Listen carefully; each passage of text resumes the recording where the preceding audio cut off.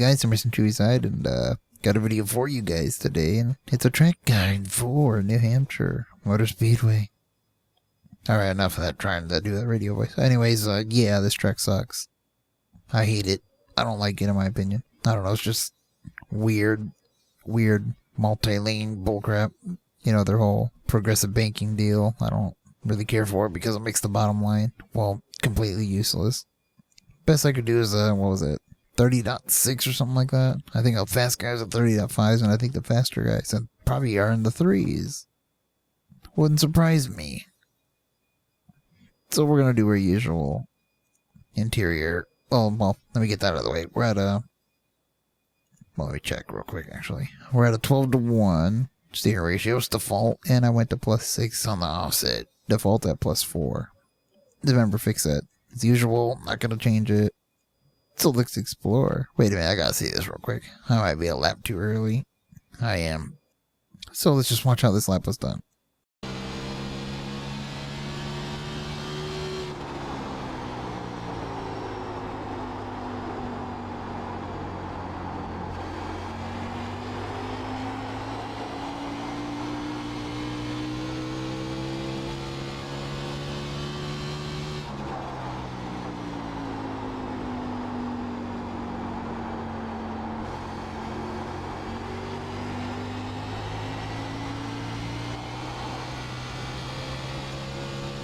Alright, there's an interior, let's do an exterior. Let me back that up and do it again. I don't know, just to give you multiple angles, so here we go.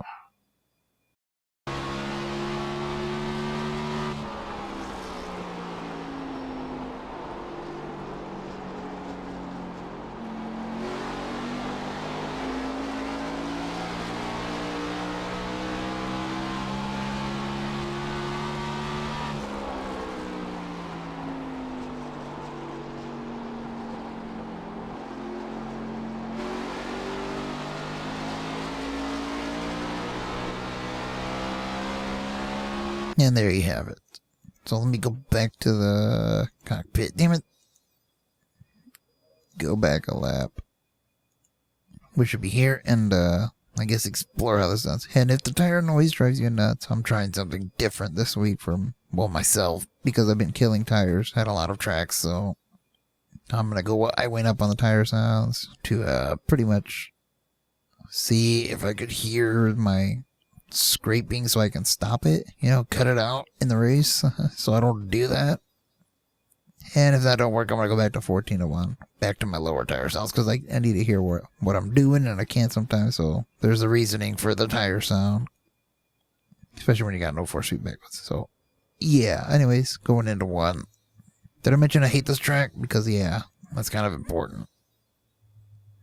So I'm braking right as the windshield brace touches the 3 marker right here. Getting on the brakes. That actually might be another cause of my tire issues. But yeah, we're getting on the brakes at the 3. About 50% braking the entire way. Oh, I don't know. Till we get the car slowed down, I should say. So 3 marker. Holding the brake 50%. And pretty much after the 2 marker, I'm starting to turn down. I'm aiming for this little section of pavement that's changing. You see it right here? You see how it goes from a lighter track to a darker track? That's what I'm doing. Still holding the brake. And I release the brake as, I don't know. Let's just say the car comes in contact with the caution light over there. Okay, I can't explain. This is hard to explain. This one's hard to give a point. Let's just say at the 1 marker, you can see, remember I'm already turning down, right? So at the 1 marker, I'm starting to slowly get off the brake. So I'm at 50%, now I'm going down to say about 40 and 30%. And let's just say I'm gradually releasing the brake up until I get to this patch here where it stops showing asphalt, so right about here. And that's where I'm letting it roll while staying in the 3rd groove. Still letting it roll. Letting it roll. Letting it roll. Still in the 3rd groove. And, I don't know, right about this caution light. I would say. I'm starting to turn back down. And then I start picking up the throttle as soon as I get that turn down motion right about here. So, Sylvania, billboard, hell of a good, Chevy logo. If any of those are in your sight, that's pretty much a general guideline of where you're going to get back on the throttle. At least that's how I did it. Remember, I'm not fast here, so you're just going to have to roll with it.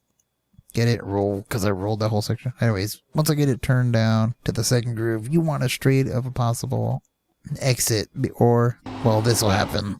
You can see I'm fighting it, but you pretty much want to get to the throttle and stay in the throttle. That's the hard part. So let's just say once I'm in the throttle hard, I'm turning down to the second groove. Remember that. So after these billboards, hard on the gas, turning down, going to the second line here, which is right about here. You see I kind of diamond the corner.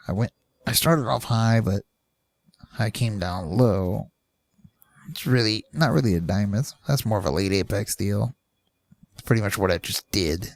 But you want to stay on the throttle as hard as you can.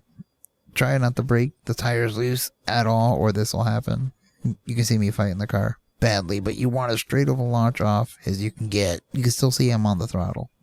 And after that miserable battle coming out of the corner, go to the straightaway. And a similar push at turn 3. Except the difference is I'm braking. I should be braking right at the 3 this time.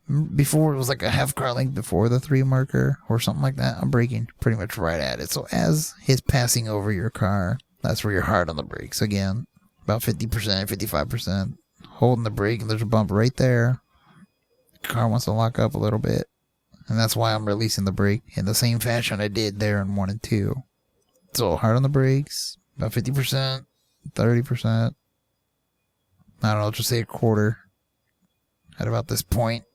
And you see I was aiming for the third groove again, but at this point I want that to happen as I'm passing that line that I just rolled over.